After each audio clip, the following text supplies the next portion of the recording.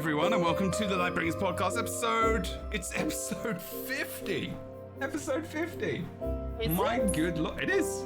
It is. It's episode 50 of season 2. God knows when season 3 is gonna start. I'm sure at some point in time, hopefully. I don't actually know when to do that. Maybe the next expansion. Yeah, that's a good idea. Well done, Chris. Expansion. Good. That's true. That's actually. It could be then. And we can have like a season a year if they release it yearly. That's actually very true. Wow. Proof is smart. Thanks, ArenaNet. This is great. This new pacing really works out for us on our podcast. It does. Appreciate it. I'm not gonna have. No, it does. But honestly, I'm not gonna get the art renewed every time because I'm pretty sure Gears to Loans would kill me. But like, you know, I mean, maybe we could add an apple every so often in different places. Just like change the background. Yeah. There you go. We could get Proof to have a different haircut every year.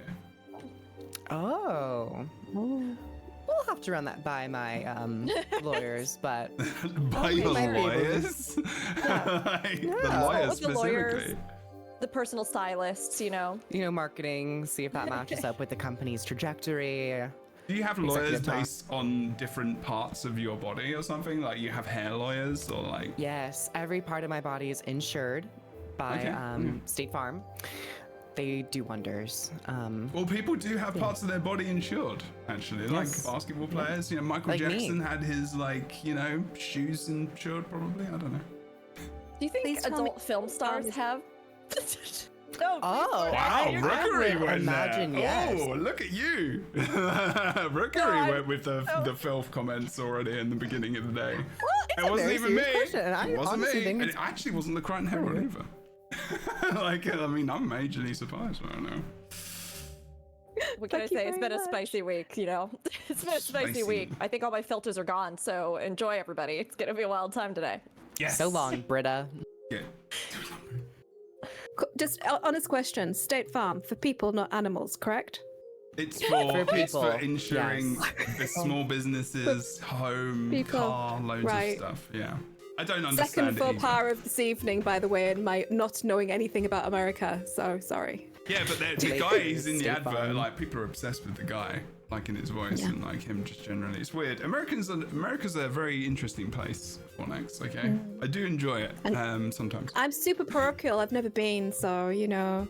One day you're gonna have to come over here. One day. In-person Lightbringers. It's gonna have to happen. Well, PAX West. I mean, you should definitely come to PAX West because you know we predict the things. We think that they're gonna maybe announce some stuff there. Also, it's Nintendo Direct is at PAX West, so like It is. it's gonna be pretty cool. I promise, as soon as someone shoots Trump into the sun, I will be right over. Yeah, but Trump Directly isn't the afterwards. president, so it's fine. He's not the president. He's kind of in the process of that happening right now because there have been some legal actions taken against him, which is great. But so far, the sun part hasn't happened. But I mean, a lot of other good things, great things. Yeah, we need But to. I will. Have a good week, yeah.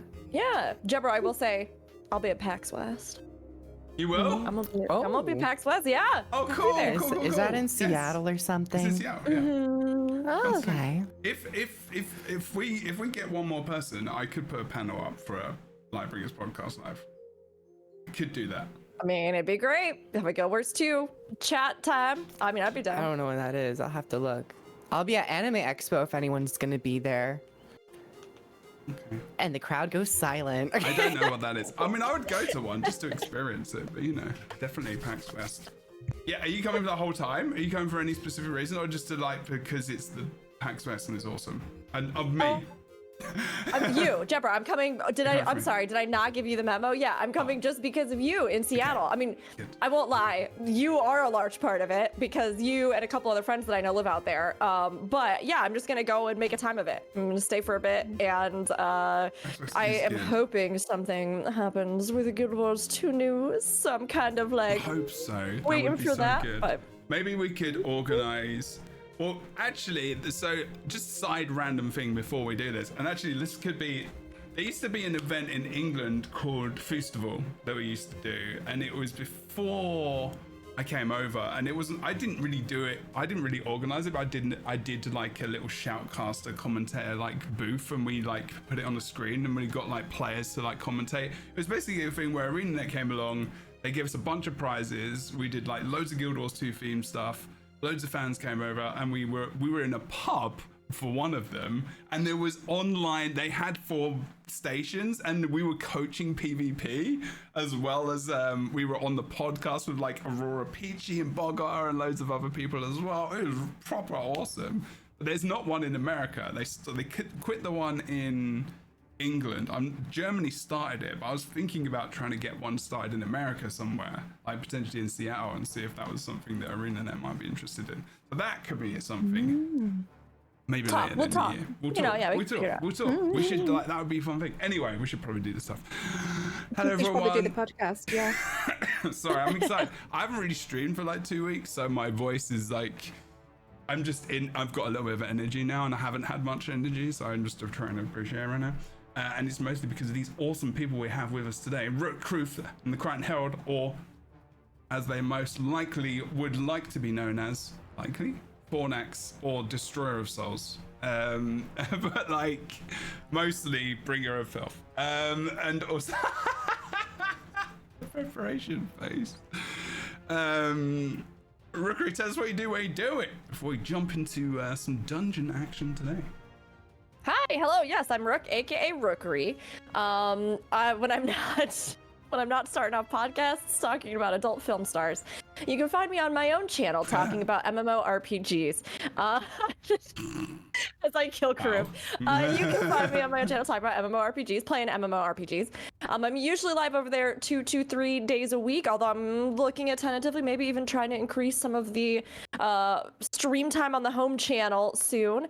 But when I'm not there, I am live on one of 2 podcasts, one of which is this one, the Lightbingers podcast for Guild Wars 2 or 8th Rate Radio for Final Fantasy 14. I've also been doing a lot of shoutcasting and hosting recently for various events in a bunch of MMOs, Final Fantasy 14, World of Warcraft. I would love it if we could get some more stuff for Guild Wars 2 sometime soon, because it's been really amazing seeing all of these events for other games and communities and seeing how much it brings people together, how much hype there is for it. So we'll see. There's some good possibilities. Jebro and I, like we're saying, we can talk. But Yes. you can find me pretty much everywhere on the internet at Rookery, ROOKURI, Twitch, YouTube, and on Twitter at Rookery_. Okay, amazing. Yes, I haven't managed to catch all of your stuff that you did recently, but there was some very, very good commentating that Rookery did very recently as well. So if you're able to go and catch them doing it, you should definitely do that. Please capture people. Please read. No, please listen, don't do all that. No, pay no. attention to all the stuff that people are doing. I don't know. I was thinking like capture video. I was like, I don't know what is going on today. I woke up really, really early at like 6 a.m. because we watched our mod Reader Geek actually graduate from university today for their masters, which is like very awesome. So I'm a little bit wired and excited for that. So that's been cool.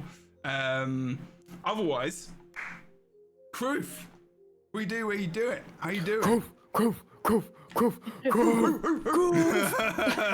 Sorry. Hi everyone, I'm in my frat bro era, but Hi everyone. I'm so happy to be back, and I have recently, well, I guess I just do a lot of YouTube and Twitch, so that's the first point. Second point is I just recently released a new video titled I Played 100 Days of Guild Wars 2.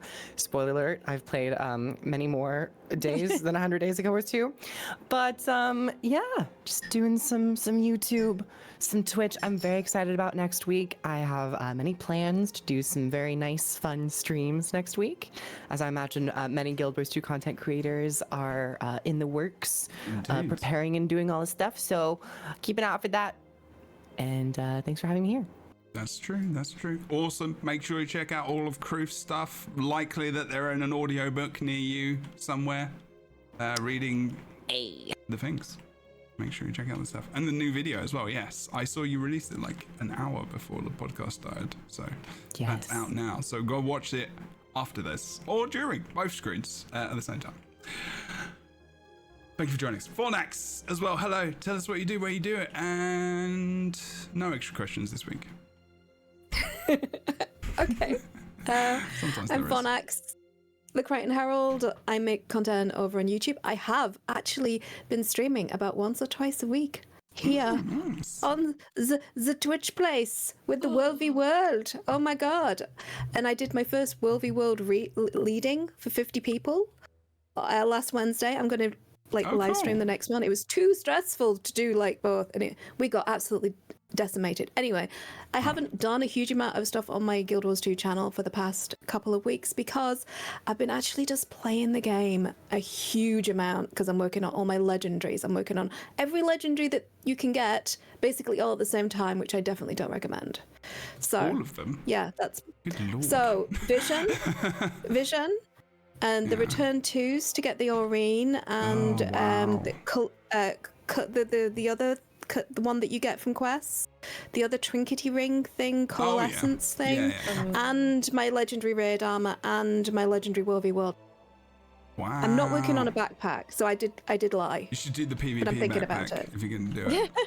That's I want to do the PvP, but you have to do PvP. Yeah, I'll which do is the PvP. problem. Heavy. Let's go. Wow. I haven't played PvP for ages because it just made me sad too much. So Yeah, but sweetie, I'm really shit. So I don't care. So- It literally doesn't mean anything. Just play it and have fun. I We mean, should it's do a like- PvP stream. You know. okay. It's a nice backpack. It's probably the best one, honestly. PvP It is the best shoutcasting one. stream. Rook and be I there. shoutcast Jebro and Fornax playing PvP. Amazing. That could be actually a No lot of fun. joke. It could be fun. Yes, it could Fornax be is so hugging much the fun. floor I'm again. game for that. Woohoo! Yeah. And Fornax has died again. She has died again. Let's tune in to listen to Fornax's comms. Wait, what? cannot They're actually- doing Morse code? That was her being censored.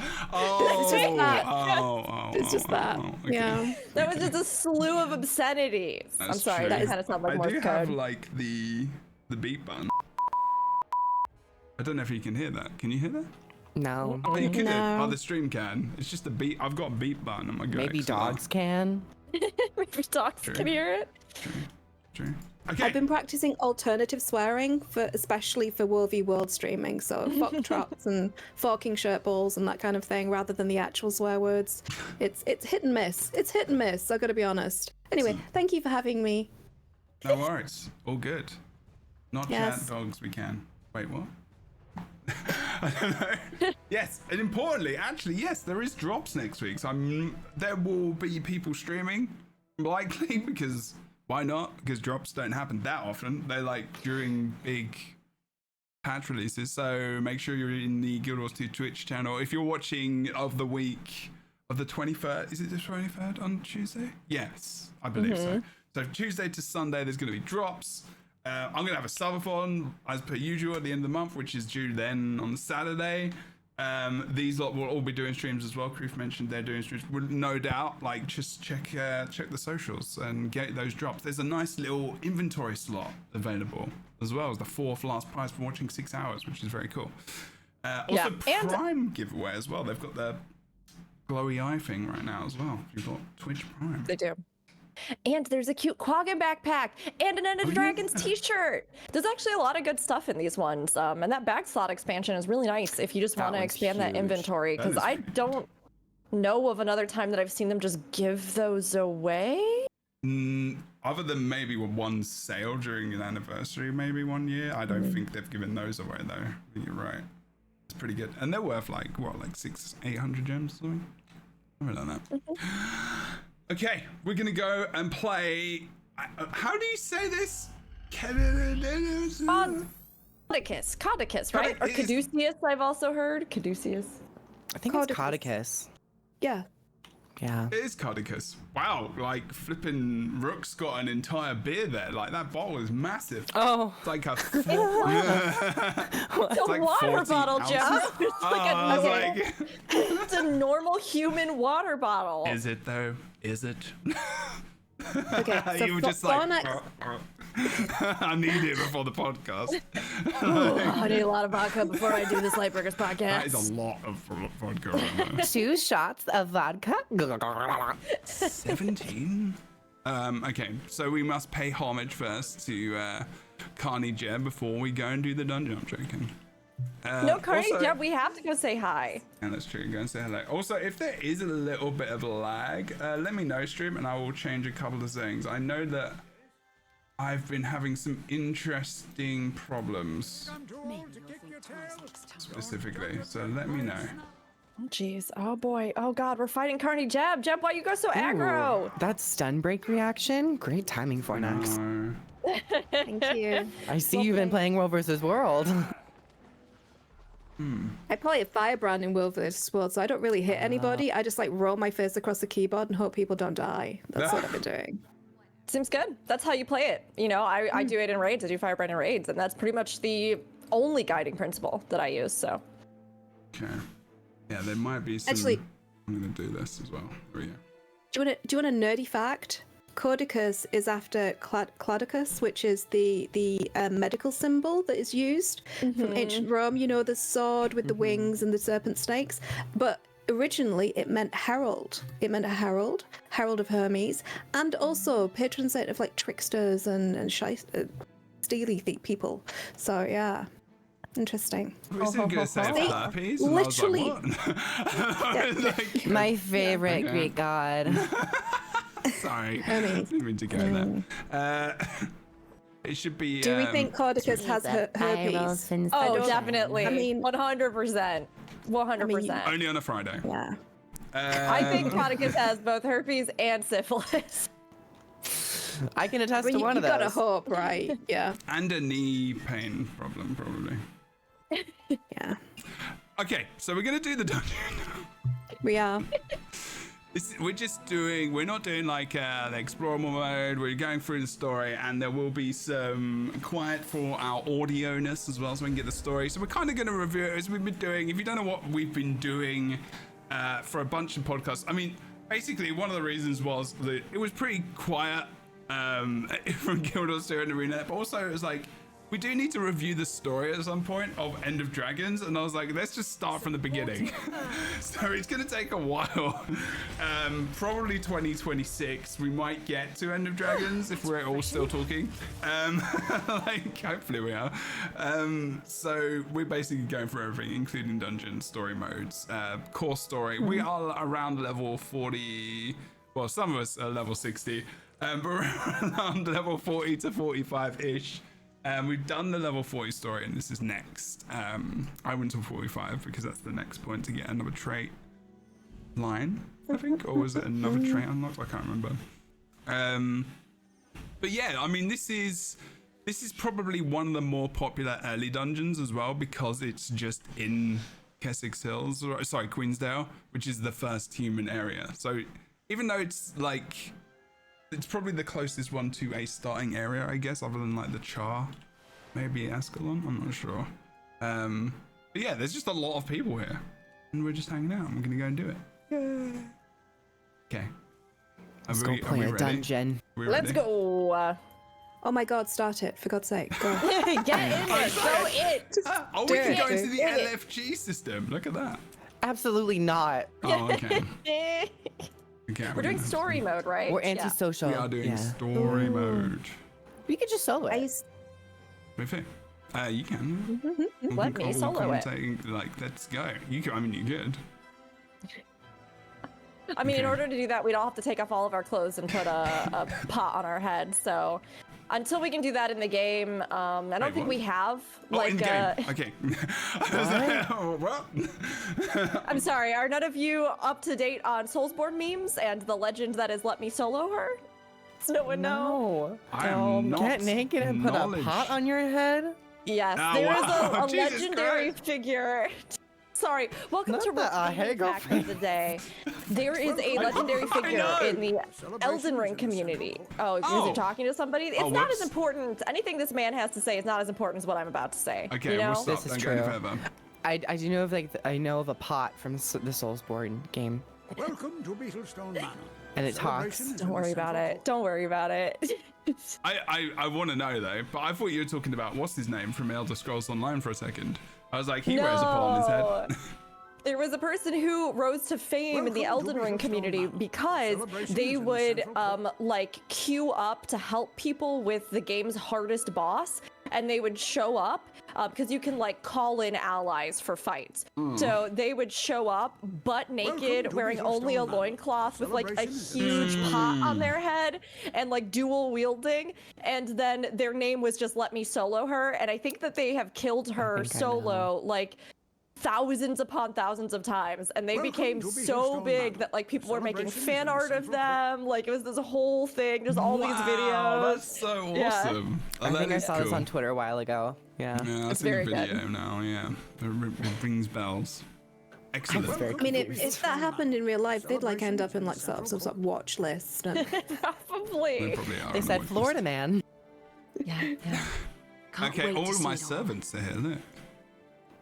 Oh my gosh, I'm the butler, but they're buttling my butler.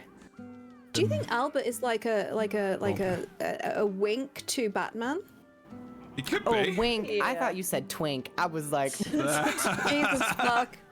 It could be, actually. like, well, He is He's a little old, I think. baldish, balding, and saying, he's wasn't he? older. He's not the you know, most goes twink handsome man. twonk, and then just does it go twonk like old twink twonk? Oh my god.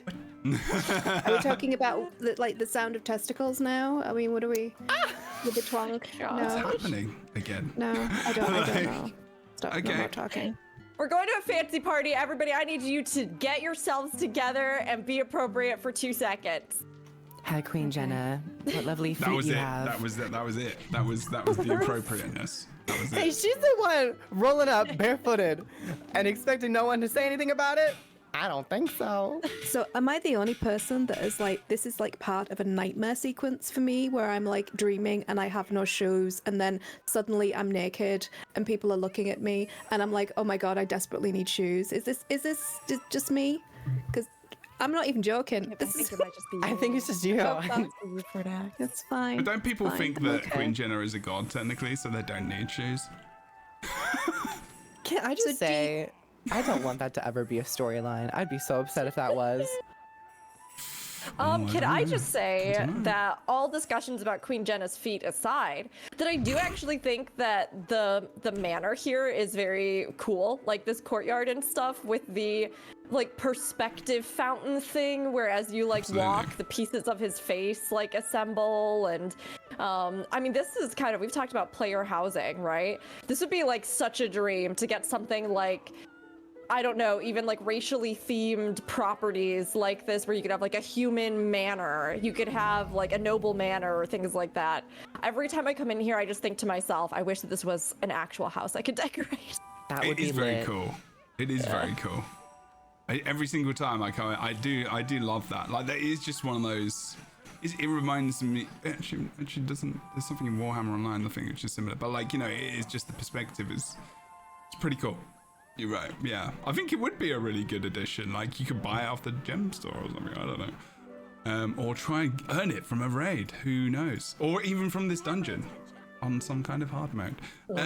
Okay, let's talk to Logan Twat. I mean Logan Thackeray. That guy. Wow. Quick, Her Majesty Queen Jenna is meeting the Char Ambassador here at the party. Oh, tell me when you are ready to go. You've ready to go. I've never noticed that spelling mistake before. That's great. Oh yeah. Oh. That's an Look at actual that. bug in the game. Oh, It's not typo. been fixed in 10 years. We're all here and ready to go. There we go. If they fix it, the game will crash though. So Yeah, so True. they can't do it. Your Majesty, I'm not sure you and the ambassador should have come here. That's ridiculous, Captain. This is the perfect place to celebrate the détente with the Char. There are separatists that want this treaty torn apart, and for all we know, Caudecus is in cahoots with them. Minister Caudecus is loyal to the Crown, even if he and I disagree. He is loyal to the crown, true, but I wonder if he's loyal to the head it rests upon. Do you need any help here? Yes, I don't trust some of the guests. Ask around and see what you turn up on Caudecus, but be subtle. Okay, excuse me, stream, while I try and organize the video, because apparently it wasn't there when I needed it. Oh no. It's okay. Yeah, no, Just it's like okay. the It was last just a different Airbender. scene. Wait, Oh what? my god. just when we needed it most, it vanished. He vanished. Oh, okay. That's true. I mean, we could talk about the fact that Caudecus is clearly a member of the dark triad of narcissists, Machiavellianists, and what is it, psychopaths? I mean, he ticks all the boxes for being just the worst person. Yeah, 100%. 100%. Okay, so we have to talk to the party goers. I don't think Zoja's got any voice in this. I can't remember. Logan. Oh no, she He does. still has stars in his eyes for his queen. That's refreshing. Miss me some Zoja. I know. The sass is so good. Just for this, just finish your day, though. Come back, Felicia. We still love you. Good hunt. We do. My The world father wanted her says most, travel but she said, broadens the bye, mind. Felicia. I don't know why they don't bring it. It's not That like. one didn't work. I'm sorry. Greetings. Someone here is using my master's old discoveries. I want to find out who. Oh, there's Flunt as well. I keep forgetting he's here. Oh, Flunt. This man. Bugger. Even his name is just... here. His personality and his name both remind me of a fart. You know? Like, His certain parents must have hated him. So your name, Flunt. That's true. I mean, Actually. kind of It like rhymes Flunk. with something else. I know. I was trying not to go there. Friendly. Oh, it does. Caudecus' favorite inventor, Uzalan, keeps checking his watch. Oh. Dagonets. I don't think Caudecus likes the Queen very much. No shit, Sherlock. You think? Tough to prosper nowadays, but we try. His lordship is an excellent employer. I wonder, I feel like we've seen Dagonet before. I feel like that's true as well. Like I recognize that name from somewhere. I know I think there's a movie called Dragonet. Isn't it? I Dragonet? find Kryta to be very pleasant. Well, Dragonet is like a baby dragon. But I don't know about his character. Dagonet shows up in Siren's Landing. The Asura in Empress. season 3. Okay. That's why I kind of recognize the name. Yeah, that's cool. That's Interesting. very cool. Oh, that Uzalan seems familiar. I think I've seen him. I love that. Yeah, they do that, don't they? From time to time, they just kind of drop people into different areas. And Seems like, like hello. a bright sort.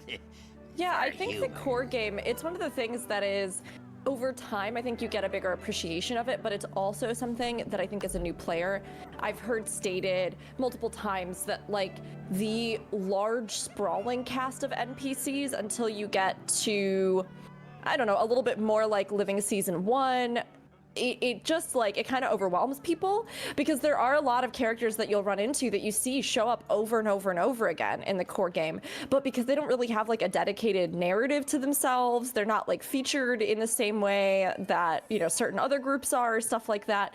People are just like, who is that? What is this? Hold on, is this supposed to be?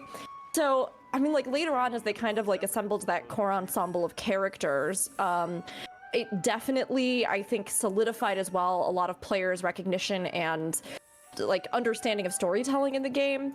But I do like that there are so many different personalities and people that make up the landscape of the core game.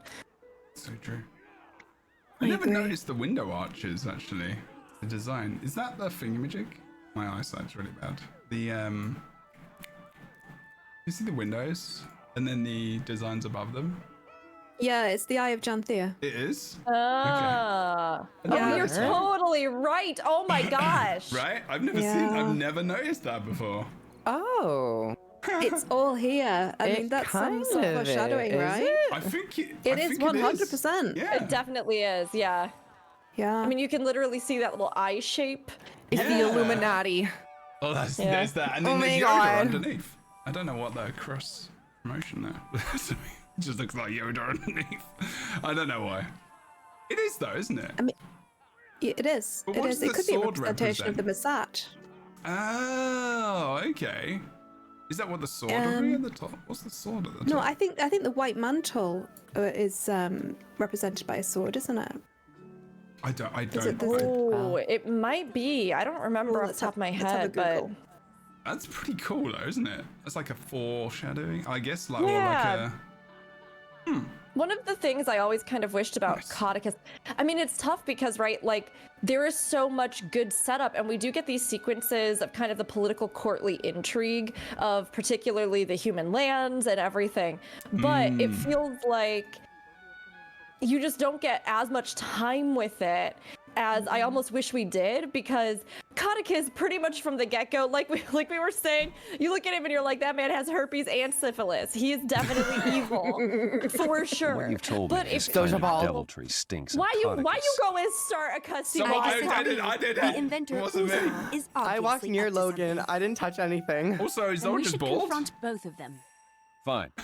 New That's favorite the character. plan. We should check with this Uzalon first. Maybe he'll tell us more about his employer. Yeah, blame proof. But yeah, like I wish there was a little bit more of a sense that like, oh, we've really gotten wrapped up in all these key players that are a part of the nobility, the courts, the hierarchy, and we don't know if any of them are evil. And then to like come into something like this where there are so many cool little details and things, and like to be able to trace that, I think would be so cool. As it is, they didn't have much time, you know, so like. He's pretty, like, obviously evil right off the bat, but I love that they still put in these little details throughout. Whoa! Not y'all dying on me. What? Also, that Not this. Gag Golem is different to the original Golem design. That's refreshing. There is no way that's the original Golem. I'm gonna self us, or miss myself. I'm gonna pour again. I'm gonna pour. I'm over here. Oh, the bug! Okay, hold on. I'm coming. It's okay. We're alive. Well, someone is. Oh my god. Does this destroy? Oh, it does my not. God. Jesus, what the hell? That damage is ridiculous. That's not a projectile. I'm coming back. Oh, No. jeez. Oh my god. You're dead as well. Oh my god, the Golem's coming. Help me over here. He's flocking this way. Save yourself. Okay, if we can break its Almost break there. bar. Okay, Okay, those projectiles are destroyed though, so that tablet is put in the. Oh. It's okay. You just waypoint. Oh wait, no. Oh god. Oh god. Okay, I need stealth again. We got this. Oh. Oh no, you're dead. No. I'm dead. Yeah, no. We Okay. got like 2 healers here. What's going on? I'm a thief, so it's not my fault. What? I forgot. Wait, we're gonna res you. And I'm level 45. So I forgot what button to push. I have not played this character to us. since the last time that we played together on the podcast, and I do not avidly play Revenant, so I had a moment Okay, where I don't was attack. like, Let's just rest. You know what? Let me just. I'm a res. I'm gonna use I'm a gonna rest. revive Oh, I orb. can't. We're in travel. I'm using a revive orb. When else do I use this? Never. So. No, I got you. No, you don't. Daddy. Oh, Get away from I me. so res. Get away from me. Get away from me. Oh my god. Okay, I'm gonna try to CC it as much as possible. I believe in you. You can do this. His break bar will not go down. No, it won't. It's going. Do I not have any CC? Oh, there you go. And nails, books and nails. We there you just go. need like hella. It's Okay, there you go. There you go. We go. Oh, but it doesn't get stunned. doesn't. This was like before they programmed all of it. Oh no. Mother trucker. Oh, I've got but loads it of is steals I've just broken, so we never can seen like before. do some more damage to him. Only babies need their break bars to cause stun. I expect you all pro gamers to be up here. Jebro, where are my heals? I'm a thief. Come on. You're not taking shadow art? No, I didn't take anything, remember? Oh my god. I changed it because you moaned at me. I want that. Right, holy shit. You insulted me for not being a thief. You can use support. Shut up! Soja We bald. survived. Killed her! Hold your tears, Logan. She and the others are fine. That golem used a teleportation ray Logan, on you're so them. stupid. Teleport? Where? Oh, so now you need You my know, help. the boy's not known for Let's his brains. see. It looked like a short-range teleporter. I can track the energy signature. Hang on. Thank you for razzing me. I don't think that golem is the original one. Or is it? Chad seems to think it is. It looks good though. Like the other golems don't look great. I'm not gonna lie, sometimes. I would expect it to just be like the big alpha golem that you see in That's what I thought. Wobla. Yeah. But same. I think that one is like the original one Maybe for it this dungeon. Okay. Its Something handed textures us looked our a little asses, flat. didn't it? Jesus Christ. Wait, what? Sorry. Oh yeah, it did. I mean, hand that us was our- totally dead easy. It was so simple. It's just. I a love breeze. that. That was actually kind of annoying. That was like hilariously. See, y'all, challenging. dungeons are still hard. If you do it at level 40, maybe with like basic gear. Oh, I'm getting exploration XP here. God damn, this is a lovely living room. I love the know. books. I like all of this house right now. It's so pretty. You can actually walk around a lot of it, to be fair. Can you get in his bedroom? Wow. You can. And it gets kind of freaky in there. I think he has like a weird fixation on Logan. Isn't that right? Yes. Yeah. Oh yeah. There's a picture of He's Logan. weirdly into Logan. That's his one like redeeming like personality or part of his character that you kind of can feel sorry for him for, that he's obviously like had an arranged marriage and he's obviously a gay guy being forced into a marriage. Yes. I mean, if you're gonna ship him with anyone, I mean, he only really deserves Logan. So. Gosh, he deserves. What did he do to you? Wow. Tell me What, Logan? Oh shoot! Yeah, I mean- No, I said Oh shoot. my God. I said shoot there. By the way, I'm very proud of myself. Wow, we are I'm just little gonna move tiny away a little babies. bit. This one's still pretty spicy, even at the threshold, like the level thresholds that we're supposed to be for it. Did they secretly buff dungeons? Do we have to be good now? No, we just suck. There's a lot of bleed though. Like there isn't actually a lot of condition damage normally in the core game. It's just in this dungeon apparently. Which is like a good learning curve, but Yeah. it should have been done a little bit. And his range, I wasn't even anywhere near him. Oh, fuck all the way off. God Wow! damn it. Jesus, calm with the swearing. Sorry. Yeah, At this well, point, Hell, stop cursing. Jesus. Oh, he's come over to smack me with his big sword. Fuck you, mate. What? God damn it. God damn it. Oh, you're dead because you're so slow. I'm gonna use it. I'm gonna use it. Downstate kill, downstate kill, downstate kill. let's go. Let's 24%. go. Go, go, go. You know what? This is what happens. No. This is So what just happens doing when Boots absolutely isn't here. nothing. Don't reset. Res me, I'm on your right. I'm on your right, res me. Boots is the only one that keeps this together. This is what happens when we're left to our own devices. Oh my god, the And we port! call ourselves I mean, I'm he's tanking. walking this way. I'm tanking! Oh, you Race- can do oh! The downstate tank coming in clutch. Actually, we're actually just gonna watch them, see if they can do this. this. No, I believe It's okay. you two got this. Fornox is level 60. You champions, Girl, you heroes. Girl, why are you dying? I mean, I guess you're on an Ellie. I am on an alley. The question has I've been got answered. 7 hit points.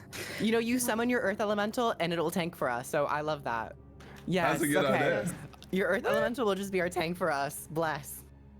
Yes. God damn. We need more taunt in this game. Like, we need like a functioning taunt system. There's a condition. I still want to put another plea out into the universe, my 500th plea, for them to kind of add taunt to the base game and make it function properly.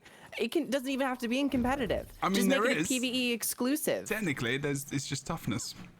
No, no, that's I all mean it like is. the actual condition. I know. Yeah. Like, there's only 3 abilities in the game that have taunt. Is it free? I mean, Yes. I mean, I guess there's more with pets, right? Is there? Oh, 4. There's 4. There's 4. Okay. I mean, I would just love it if in the story mode of these dungeons, they made it They've seen us. something that was a little bit more scalable. Like if they were gonna like rework it at some point to some degree, but without like completely having to redo everything, right? Like I would love it if they did something where you were able to solo at least the story mode. And I know, of course, some people can, some people I'm sure get through this, but again, like as a new player with the knowledge that you have, with the gear that you have, I think it would be so nice because, I mean, this is pretty spicy with all of us being generally lower level with, you know, just whatever gear we've picked up. Like we haven't gone out of our way to like meta build or anything. And I do feel like probably a lot of new players will get to this point and really struggle with this one. The first one, we didn't have that much trouble with Ascalon, but this one does still seem spicier than I thought it would be. I think this one added I'm gonna say I like the difficulty because I remember having trouble, but also how that gave me good hope for the content later, like end game stuff. And I was like, ooh, I actually kind of do like Who just attacked a us? bit of the challenge because at the Separatist beginning scum we had trying to no sabotage idea the what Char to do. human treaty. Uzalan must be working with them. Oops, sorry. And I'd bet my left arm that Caudecus is also involved. By the time we got to Thankfully, he's a righty. explorable mode, it was like we'd learned more. So I think at this point, I think what they need to do is teach you how to play the game a bit more. Like that's the problem mostly. I mean, I think they're kind of teaching us like by trial, like teaching by fire. Yeah, there is that. And I do I've always appreciate it. done It's that. just that it's a little inconsistent. Like we'll have moments of Yeah. a little bit increased difficulty. And full disclosure, I am not geared on this character myself. I have not paid any attention to the level of my gear that I have. I don't know if any of us. I have a little tiny. Whoa! I got one-shotted. Okay, Rosmi. But I do appreciate. It's just I wish it was a little bit more consistent. In terms of like even the level 80 stuff, like sometimes I think the Risen are less difficult than this. Yeah, I my feel God. like, oh my gosh. I mean, I agree, Jebro. I like what you bring up about the fact that it gives you kind of a sense that like, hey, there is a skill ceiling, or like there, something for me to like strive for, or like, I can see that it's higher than I might have expected. So I do like that. I think the big thing for me at this point is more so that, because I see in chat too the comment like, but is Guild Wars 2 supposed to be a single player game? I was about to say that. That's right. That's right. Yeah. But the thing is that I've been talking a lot recently on a lot of different podcasts or on my own channel about the future development of MMOs, right? What we're seeing as trends in the MMO space, what we're seeing as drawing in more of an audience, what we're seeing for current trends, even with new games coming out. And the single player experience within an MMO is something that so many games are looking at. And I don't say that as like, like putting that in, not necessarily because they're saying you shouldn't play with other people, but because depending on the time that people have, depending on the story they're trying to engage with, depending on other things in Guild Wars 2, like the fact that we don't have just a public matchmaking system. Things like the fact that these dungeons at this point are technically outdated content. And that this particular type of mode, this particular type of, content is not something that still exists in the game. So with like the streamlining of currencies and things, I mean, it exists, but they're not developing it actively is what I should say. Yeah. So like with the streamlining of currencies and things like that, I think that those explorable wings still have that level of difficulty that I think players can absolutely engage with as they get to what would be the core game end game, right? But for things like just these story modes, my suggestion was mostly just that I constantly see new players being like, I have this dungeon and I have no idea how to get a group together for it. And then if they come in and they're just trying to play through the story, but it's like very difficult and they think maybe I just can't do this, or so it's one of those things where there's so much good lore and story and world setup and development with, things like the, I can't remember their name right now. The former group of heroes. Destiny's Edge. Destiny's Edge. Destiny's Edge. Thank you. That was me. Like Destiny's Edge stuff, and and even set up for like major villain groups, like the White Mantle introduction and stuff, right? I feel like there should be a way to kind of bridge that gap so that players can engage with the story, whether or not they are able to get a group together for it, if that makes sense. That's definitely more relevant now. Like back when there were groups, like you say, I that is a very good point, actually, yeah, because now there is almost an impossibility to get a group.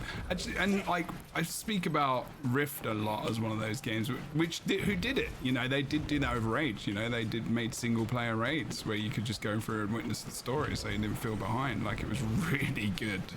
They just slotted the story in there, and you got a little bit of a cheeky, nice reward. Like they could do that, even if they just have like a. They teleported Jenna. Yeah, actually, I don't know how they would do it. I mean, I know their reasoning for why they wouldn't do it because of the similar reasoning of what they've done now, right? Because of the way they want to focus on future content, because we had a lot of focus on past stuff. But I don't know how difficult that would be, like to just be like,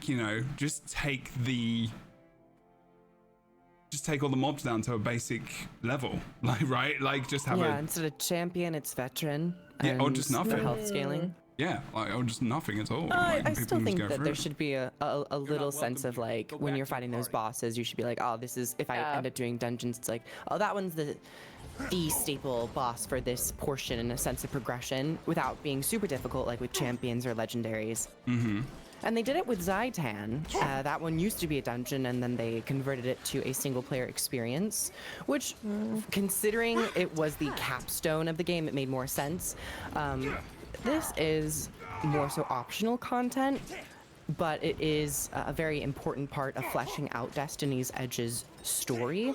So I wouldn't mind seeing story modes be more soloable, but I think I would prefer to see a more proper LFG come in before there be a soloable option, just because I think it would help facilitate players getting into that mindset of not being foreign or afraid of grouping up or searching for groups for future content like fractals and strikes and dungeons. I think putting any system in to help facilitate people getting more comfortable with grouping up is good.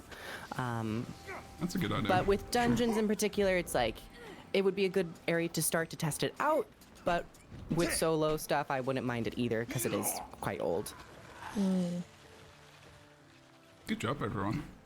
Yeah, we really showed him who it was. We really did it. Good point. No, I love this discussion because even the mention about the game teaching you things, right? Because like as new players coming through, of course.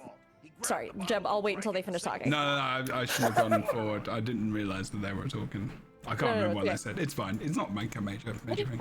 I mean, it's actually in the chat if you want to repeat it. Yeah, it's just separatists. I mean, it's just separatists, you know. It's just separatists. We've captured people. So for the chat, if you're not aware, Caudecus represents a faction who basically don't want peace with the Char. They don't want peace with the Char. They don't think Jenna is a suitable monarch. They think that she's weak. And he thinks he'd do a much better job, thank you very much. And these people agree with him. Now, not all of them turn out to be super baddies, but they're all fairly questionable, and they definitely, this is an insurrection, for want of a better term. A seditious insurrection. And there's a lot of, even on that map that you and I did the lore tour of, right? In the like Char homelands, there are entire areas where you see separatists who are actively trying to antagonize the Char, and like as a part of this bigger moment in time, right? Because this possible peace with the Char is on the horizon. Although of course it's like those kinds of peace talks have fallen through multiple times, and all sorts of stuff has, you know, happened over the years. But they're essentially trying to draw the Char's ire so that Jenna's peace treaty will fail. So yeah, this is an interesting tie-in here. And all I was going to say is that, just like Jebro, you were saying earlier, I think the idea of them going back to, at this point, like continually touch on old content, there definitely seems to be an ongoing effort where they realize this is something. We've seen a lot of adjustments. We've seen a lot of things going on where they have touched stuff up, even leading into End of Dragons. So, I mean, moving forward, I'm sure they will continue to do that. But of course, like the big push right now is like, let's get this next expansion. Let's get all the things that we need in line so that people get really hyped about the new format.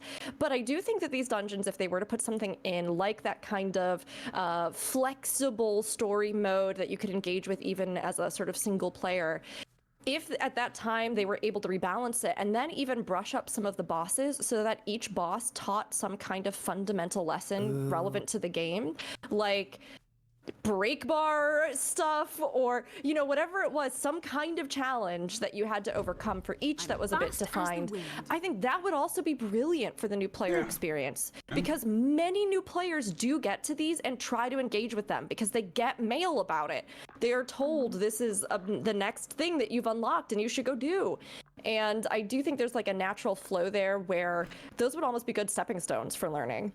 Yeah, I think that'd be really awesome to see if any time opens up to revamping more older content and going back. I wouldn't even, I'd actually be really interested in like a henchman system, which I think we've also talked about in the past, but adding friendly AI that has competent skills and understanding of how to move. Do the ESO thing. Yeah, Because they've literally got roles like healers. Guild Wars 1 has henchmen. Yeah, Guild Wars 2 was playing around with it, and particularly for dungeons, I think that would be kind of a cool thing to explore if they ever did implement like or just they have lowered the Destiny's, difficulty. like have these people actually be useful, because they'll just walks around with a detector thing and that's it. Like they've got the tech. Like, they literally do it in the latest story, right? Like get them to res you. And do If stuff. enemy AI and enemy NPCs can destroy me a la Deimos, why can't our friends? Oh, yeah. It's true. It's true. Yeah, you would hope that the game would do that more, I think, as you go on. Like, like a tip for the boss. Ow, the free bleeding stacks as well. You didn't need to do that. But like, yeah, you would have hoped that that would have been a thing, and then like kind of went back and did the dodge roll, kind of tutorial, and that was it. And then, which was, kind of cool, I guess. I don't know. I'm trying to think if other games do that. I know Elder Scrolls Online's tutorial is very good, like on how to teach you how to play the game and like all the mechanics and stuff at the beginning. We got ads. Sorry. Oh, hello. No, you're good. Ad came in. Ooh. What is a good? That's a good thing actually. What MMO does have a good tutorial? Think about it. Like how many actually do have a good tutorial? Like now that are active. Is there any? Like, I mean, I know ESO's is good, but like Guild Wars 2's isn't. Final Fantasy 14's isn't. It's really good. Or is it? World of Warcraft is very good now. That's true. That new one with the island. Yes, that is good. Solid new experience, and you can play it for free until level what? 20. 20. So yeah, you're out of there at level 16 or something. I don't know. And when you actually sub to the game, you get access to the legacy versions of the game to like vanilla World of Warcraft if you want to get a flavor of what it was like when I was playing when it first launched, which is pretty awesome. My god, I played that on stream. That was nightmarish.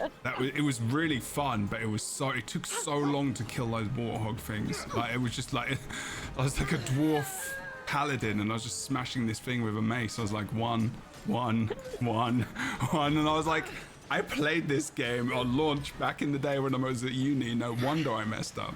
Like I was just pressing 1 the whole day. So that was my life at university apparently. Good point. Yeah, I like leveling healers, and in that game you dot them up and then you get your wand out and then you just sit there and hope that they don't kill you. That's so true. I'm the one. You have something to discuss? Yeah. That was first Smudgeman chat. It was good. Right, what's going on? Greetings. Is it Logan? Yeah. No, we have to pour water on Sigfast. Oh, okay. Sorry, reading is hard. I got him. Bring more beer. Wake Sigfast. Oh, here we go. Water bucket. I was having a wonderful I just love PvE content. I'm just So much playing alcohol builds. in this game. I know. It's because it's unknown. Some very adult themes in this game. Yeah. Consuming of alcoholic Rated beverages. M premature. It's They're drinking beer. it's way Armpit beyond nipples. my In level. my Christian server, we only drink the blood wine. Oh my god. In the vineyards. I went into Moira Rose there. I don't know You what did? was It was happening. really good, though. It was actually a very good Moira Rose impression. I expect all of you to be good at actresses and actors and all the things. But talking so much about PvE content, we're always wanting more and more.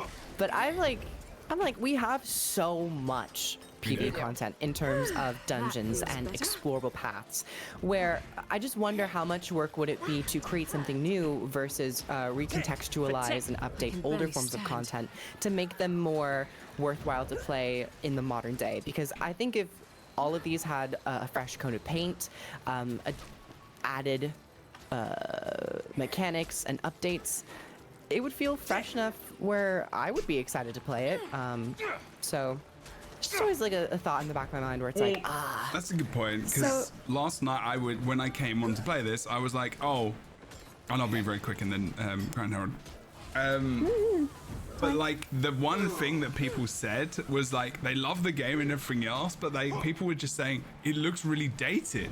And I was like, oh, out of anything, that was the thing you picked? And I was like, you know, I mean, MMOs get old and we just know that that's just the thing. So like, the graphics are never really a big thing that I think about or talk about other than World v World and maybe, you know, maybe updating bits and pieces every so often. But I actually think that reskinning some stuff might be a helpful thing for like the old game, in my opinion. But I don't know, that's a bit off topic. Anyway, Crown Herald gone for next way. I was gonna say, so I'm at the moment I'm playing through all the Return to stuff. So I'm basically playing through season 3 and season 4 again. I'm doing all the achievements and I'm playing through, and I would love for them to do something like that for the core game.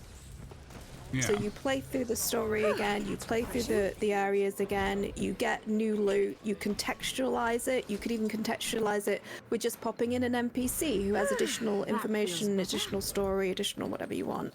And they've also in a lot of the Return to stuff, they actually have like Black Lion skins that you earn through gameplay, which is another way to really get veteran players involved. It's the glitter stuff and the ley line stuff and the plasma weapons and things like that. It's really, and some of the packed weapons as well. So it's really nicely.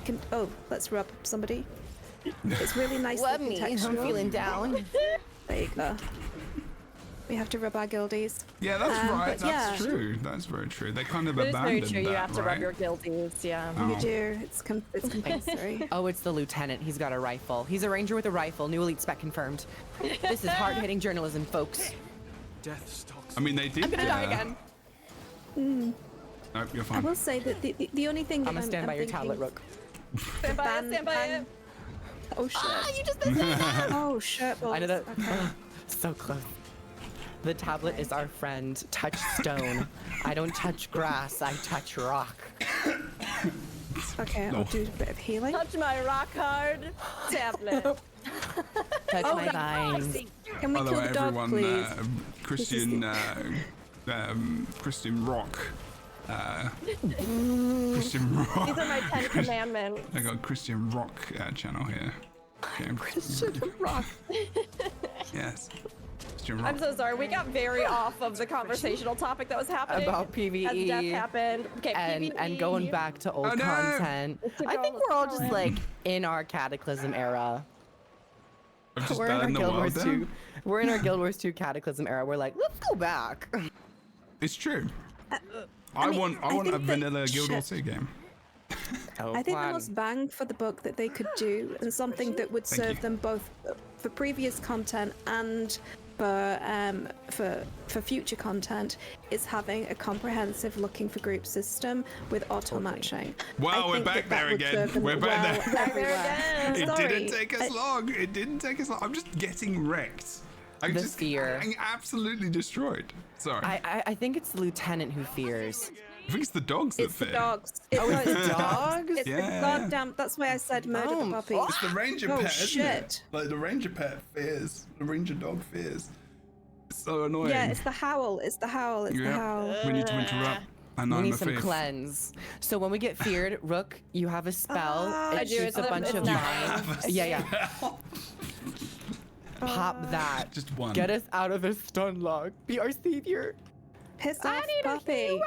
Dear God. Oh God, no, I put the wrong one on. Okay, I'm gonna try to blind them as much as I can so they stop. That's a good idea. So, but I really like this kind of smaller. We only have 4. We don't have 5 players, so it's a little bit more difficult. But I kind of like this old school. Like, okay, how do we tackle this? Even mob of trash. This trash pack. Not even a boss. It's gonna be like, okay, I'll put more blinds. I'll put more Condi cleanse. Oh, I've got revive sickness. Wait, what? A purple bar? I've never seen that before. The hell? A revive what? It's like a purple orb above my bar. It's like revive sickness. It was like old World v old It's like the one from World of Warcraft where you got that sickness and your health and stuff is reduced. It was that. Yeah, it's when you get a revive orb. Oh, It the prevents you from- revival, yeah. right? I barely use him. I keep forgetting I've got him. I killed the sniper guy person. Which, yeah, we did it. Yes, we are the best. Soldier, you actually suck. But we have to go up here and free someone. So we gotta fight more dogs. Okay. Dax, Oh wait, not no. the Dax. A bunch of humans. Oh my god, but there's so many. Oh, there's a sniper. There are a lot. Where's the Okay. sniper? There's a lot. There's a sniper person. Wait, there's a bit of audio. Let's actually get it this time. Is one of them a patrol? No. Where's the I think- audio at? Oh, I don't know. I think it's when we rescue the person. Yeah, who's in there. that's towards the end of the lane. I'm fast as the wind. See, what we Yeah, I used to do was target people, so we were all on the same thing. That's what I remember doing more of. But I actually, do like everybody was mentioning that the mobs do actually have things that they do. They are different. They have like unique mechanics. They have their own compositions that like present unique challenges. I think all of that is something that in a lot of games recently, particularly Final Fantasy XIV, they have just really homogenized mobs to the point where as you go through something, like it doesn't even matter. It's just a different look on an enemy because they're gonna go down so fast, and it like you're not gonna even really get to see anything about their mechanics or have any moment where you're genuinely worried like, oh, we pulled X in this pack with Y, then like we're in huge trouble. We got to figure out a way to deal with that. So it's one of those things where as games become more accessible, we don't want to lose that variety. I think the big thing for me that's like a big deciding factor in these kind of dungeons, at least for the story modes, is that now with all of you as like veteran players, we can sit here and go, okay, well, what do we need for this? What do we need for it? We need this, or this. But I can tell you that when I ran through this as a new player and people were showing me it for the first time, I could not even tell you what the mobs were doing to me that was doing anything that I might be able to combat. Like, let alone if I even had all of the skills unlocked to be able to do it for something like even just the story mode version at that point. So I love the layers of complexity, but I do think that especially for like new players being introduced to some of their first and only PvE instance content early on in the game, that I would love to see this have a few more steps of like learning in it. Okay, people, we gotta go and kill the snipers. Sorry, I really have to interrupt. No, we have to go and kill the snipers. They're the things messing us up. Please go and kill the snipers. All right, continue. Sorry. No, but I mean, that's just the thing for me. Like, I like the design of a lot of the dungeons. I like even going through it with all of you and getting that like perspective on, yeah, this is exactly the thing. Or Jebro being like, we gotta kill the snipers. Yeah. Like, I remember now. I think it's cool. It shows some great design in these. Fast as the wind. The I thing completely agree. Yeah, They go on. didn't really start adding more combat text information underneath their health bars until like Heart of Thorns. So when you go back to these older PvE instances such as dungeons, you'll often be wondering what this mob does, and oftentimes it'll be very important, like the hounds would fear. And that's a very important piece of information to know going into an encounter that I think would be very crucial to add so that you can just have a little bit more understanding of like what you're walking into and not be like totally rolled in a mid-level dungeon. So I would love to see a little bit more combat information that's actually useful in terms of like saying like, oh, applies boons, fears, controls, that got much et cetera. when we knew when we actually. Well, the thing is that. So back in the day, remember this content was right. I'll shut up while this audio I goes. believe they mean to kill her. Lead, and I will follow. Okay, but like back in the day, this was the end game content, don't forget as well. Like you would even go back and do the normal version, then like to remind you, and then maybe do the explorable. But like, so we did get to that point because this was end game. That was it. There was nothing else until Fractals came out, right? And so we did effectively know everything back then, but because this isn't endgame content anymore, there's no incentive to learn the things. So it does feel more like you just kind of do it once and you just get it's not really an experience, it's just more of a bit of a drag maybe. But like there's no incentive to learn it because you don't have to, because there's no need to even do it in the first place. Like you don't have to do it as part of the story. You don't have to do it to get anything at all, really. Not even the skins, because you can just go and do an easy dungeon and get the generic currency to get the skins you want anyway. So you don't even have to touch it, really, technically. So that's the problem, right? When there's no incentive to do the thing, you don't repeat the thing to learn how to do it more. So there's that basic kind of MMORPG feature that is missing there from content that we used to doing that. Like we just are. Like if you're if you've been playing MMORPGs, you're used to repeating a thing to learn it. Like that's just what we do, right? Like that it's always been that way. So there should be some basic kind of, I mean, like just more instructions, like you said, Kriv, like the text underneath the nameplate and whatnot, just on the screen. And the telegraphs got so much better in the expansions. Telegraphs were non-existent for the most part in early Guild Wars 2. That's very true. Like just ground anything. Yeah. Right. Yeah.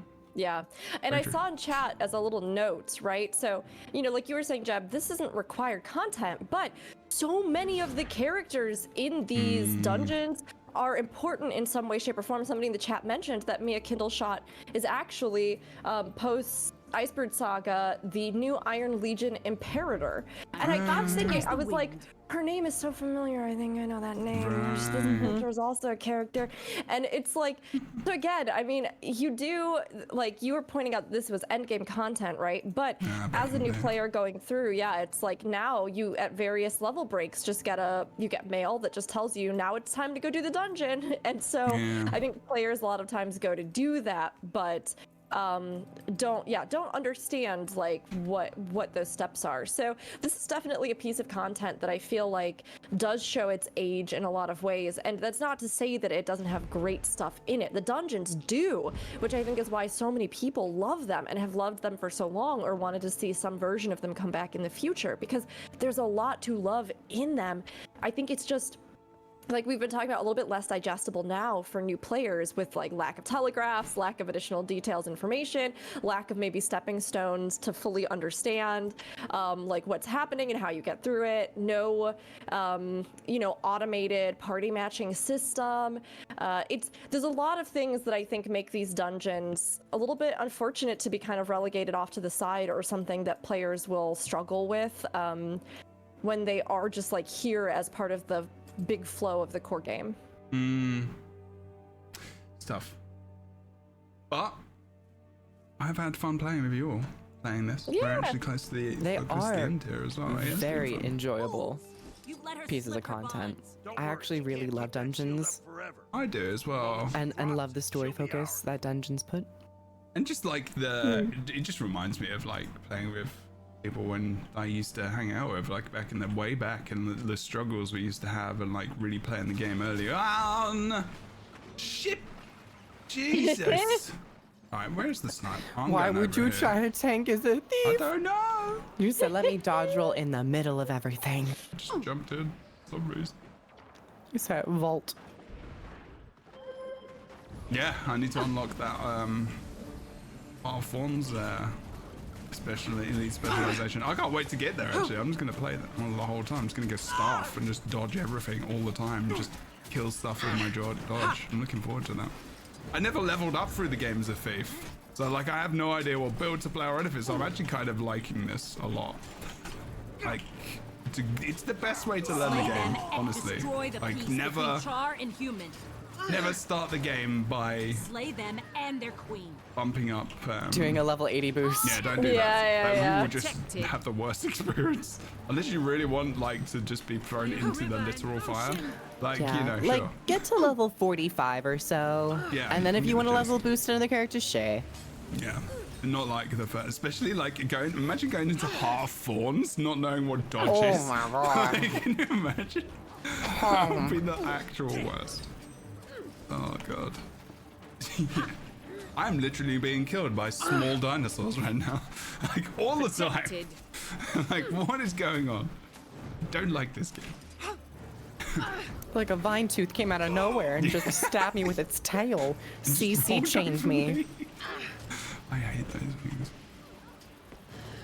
There you go. Boom. We did it! We did. Jin's gonna say everything now. And so, oh, there you go. Your Majesty. Did I finally get better gear? We've found you. And you, Logan. I see you've found us as well. It seems we were both on the trail of the same kidnappers. Ooh. Caudecus! I knew you were in on this. You were working with the Separatists. Me? I was a victim here. I had You no a idea victim what with Uzalan that was up to. bald-headed facial hair? Lie! You're under arrest. A genetic victim. Logan, I believe Caudecus is innocent. Your Majesty, you can't take his side. Caudecus is guilty of many things, Captain, but he was not responsible here. The Separatists were planning to capture him as well. Capture? Me? Then I am in your debt for keeping me safe, Your Majesty. Also, for your own protection, you should stay in my palace. Temporarily, of course. I insist. There's no... I mean... I'm sure... Certainly, Your Majesty. I would be honored. He's thinking about Logan being Your there. Majesty. Like, Jenna, are you oh, serious? jeez. Very serious, Captain. I think it best the minister stays where I can keep an eye on him. For his own safety. Then I should remain as well, to help keep an eye on him. No. No need for that. I He'll get you appreciate your rescue, but you have your own journey. One that leads beyond Divinity's reach. There are dangers that threaten you here. There are dangers that face all of us, Logan. All of our world. There are things only you can do. You're right. So much has been left unfinished. Much to make amends for. I should go. And I will be waiting for your return. Oh, cool. Okay. There we go. What was the reward? We get like a rare... Okay, you have rescued Queen Jenna and her shoes. She decided not to wear them, though, I guess. Okay. Oh, I get a new little frosty little amulet there as well, level 46. Oh, so the secret... Get a bit French there. You got the. Do you want to go find the? Is it the secret room? Is it in here? Is it? I can't remember if it's in this dungeon or not. Oh, I think. What you mean? His weird love room. That, but for there's also Logan? something else. There's the circular room with the paintings and stuff. Oh, what's it called? I think isn't that in one of the explorable versions or duty? It might be explorable. Oh, I that's can't season remember. 3. Season 3. Oh, okay. Boo. Yeah. Boo. We're a ways off from that. That's true. We are gonna. Maybe we should Do have you like think a he made an elementalist carve that with magic, or did he like personally chisel away at it? What? Oh, what the busts of his busted face. There's actually don't lore know. about the sculptor who's actually a separatist as well, and they end up dying and things. Like, yeah, it's like what? Really? Yeah, I was reading it today. Go on, tell us. It's fascinating. Is there romantic. anything- Is there anything you can recall there? Not off the so they're a named character, and they end up dying in season 3, I think, basically. But yeah, he's got a sculptor to do all the different things, and they're part of the story. There's an artist. You know, pretty cool. That is pretty cool. That's fair. The worst thing about Caudecus is the fact that they moved the picture of Logan. They put it on the wall instead of above his bed, and now there's just a mirror above his bed, which I don't think is making things better, to be honest, in That isn't terms of like making keeping it it PG. He So just likes to look at his own beard. Where is that? Where am I? Where I need to go find it. Okay. Oh, can we loop back around? Yeah, you can go back around. Oh, the door's open. I never knew that. Yes. That's why I thought it was because the house is quite big, so I thought like maybe where is the room? I don't know actually. it would be fun if our reward for killing him, but it would be actually like getting his mansion. Oh, I that would have been cool. know. I mean, they've got the mansion, right? They've already got the mansion. Explorable achievement. Do Caudecus's Manor, all paths, and then imagine get that. player housing. That'd be if you great. could That's have one way to get this. people back into dungeons. I mean, yeah, there you go. I mean, sure, there's a lot of stuff in here that could probably use a bit of a graphical update, but yeah. I mean, the actual like layout and bones and structure of the building are really cool.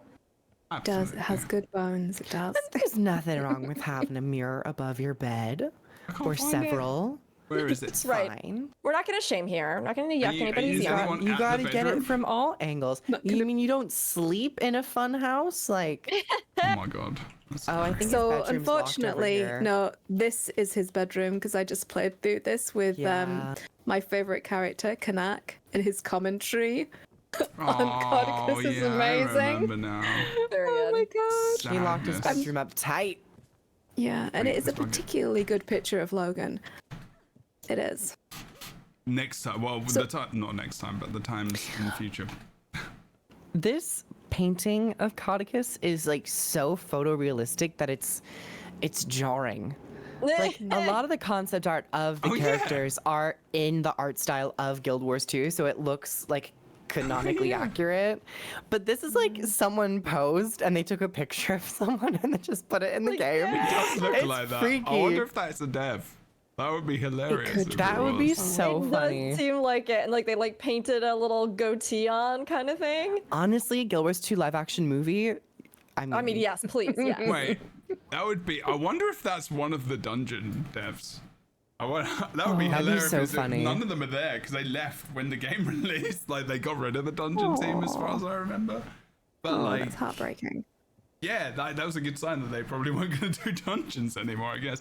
Well, I mean, when a game launches, there's always a lot of people let go, especially like, you know, I mean, when any game's completed, but like, you know, MMORPG, they just don't have a lot less people around, right? Because the game's running, especially on launch. That's when they have probably the least staff because all the game's created, and at least for like in you know a year, it kind of just runs as it is, I guess. But especially back then. Honestly, this is the area of gaming that I know the least about, as because I've never kind of worked in that industry. So this is actually quite interesting. I kind of had in my mind that they would have like a stable staff.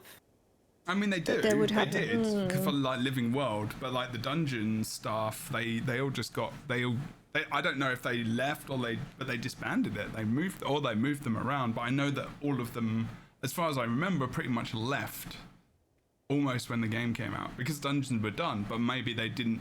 Maybe they did know probably really that early that they weren't going to continue them. I think I read that somewhere as well from one of the devs in an interview, like post ArenaNet. I can't remember. Maybe it was actually in an interview with ArenaNet. I think as well. I can't remember. I seem to remember that info because I remember what they looked like, but I can't remember their names for the life of me. But yeah, they made fractals pretty soon after this, after the start of the game. You know. I don't think it's like, I mean, it depends on the studios too, but I don't think it's wholly uncommon to like bring in like, you know, an influx of additional people, talent, whatever it is that you're like developing or doing around like an expansion release and then cut back to like core staff, whether you're like bringing in more temporary like contract workers for parts of it or things like that, or expanded art teams, but just for a while with like additional concept art stuff. And I don't know a ton about it myself, like, but that's the impression that I've gotten from time in the space, which is interesting. America but, I does mean, more also contracts as well because it's just the way America works with working. So like, there's a lot of that. In England, less so, like as far as I know. But like, you're right. Like, it is. They bring in people specifically for projects, and then when that project's over, I think they. I know a lot of people have moved around different projects just because they want to try something else as well at ArenaNet. But like, I think there's a difference as well between MMORPGs 10 years ago and now, because there's more of an expectation to insert new content more consistently. So they probably if there's a new game that comes out, it's probably less likely that they would let people go. Like, whereas back then, like a year with no content wasn't probably the worst thing ever. Because like it was just a lot slower, but like Guild Wars 2 were like, no, we're gonna do it every 2 weeks instead. And it's just like, how? Like, how is that gonna even be a thing that you do? Like, yeah, in hindsight, that was wild. Or like, that is wild. It is absolutely wild. Like, how we didn't even think, like, that's not possible now. That is just not possible. Like, and they did it for a bit. But they already had it ready, right? So they must have.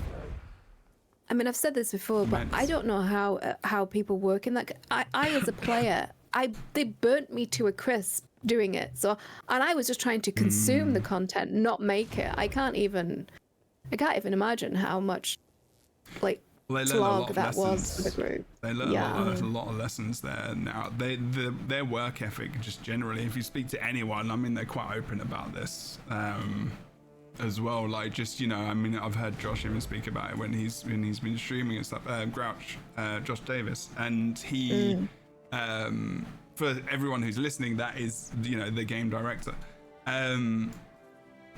He's, you know, talked about wanting to change that a lot, and, you know, they've talked about the ethos of like the company and how they want to change, you know, working. Like, they haven't demanded people come into the office, for example. Like, work from home is still like a very big thing for them. Whereas a lot of places are now saying, you know, we need you to come in like X amount of days a week. So, like, you know, which kind of sucks. So there's a real switch in that, the way that they take care of their staff, which is, you know, is good. It's so strange. I mean, if you employ someone, that means that you trust them. Or why would you employ them? And if they're producing the work, why does it matter where they are? I don't. I mean, there are some jobs that you have to do in situ. There's obviously some positions, but if you can do stuff from home, why? Yeah. Zoom surgery. Yes. Oh my gosh. Yeah. I mean, we've seen recently the comparing and contrasting of those kinds of mentalities, right? Especially with Blizzard, where there's been so much we could, without even talking about the recent news with Overwatch 2 and everything else. But I mean, a big thing that has been happening is the fact that they started to demand in-person work again, and many of the teams were just like, no. And like, rather than trying to work with that and retain their talent, they've been laying people off, or people have just been forced to leave, or all sorts of stuff. And I've seen posts from the devs saying, you know, hey, Dragonflight is an expansion that people have been really praising. They say it really brings a level of quality, a level of features, a level of all sorts of things that like the community's been wanting for a really long time.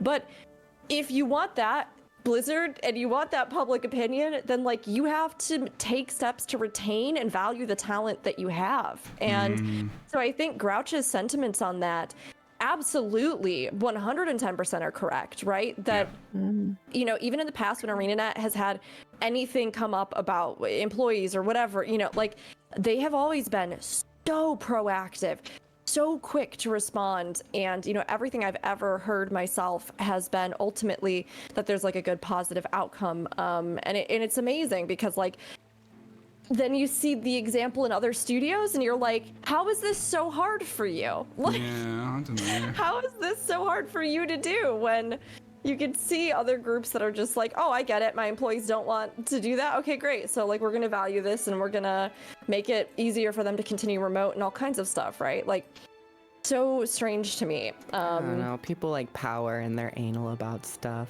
It's a generational thing as well. They seem to think like, you know, camaraderie and everything else is just built up in person. It's like, hello, it's 2023. We went through a pandemic when everyone was at home for a year and a half. You know, like they learned when we evolved in our skills and, you know, the ways we interact with each other. You know, people might not want to. There's inflation and people don't want to spend money and spend 2 hours in traffic every day. So if you make them take away these things, their life inevitably will improve and get better. They'll be happier and they'll want to do more work for you, and they might even spend more time doing it. So, you know, it just doesn't make sense. Anyway, like, I love these conversations. We're gonna go back to the dungeon that I can't even say the name of apparently still.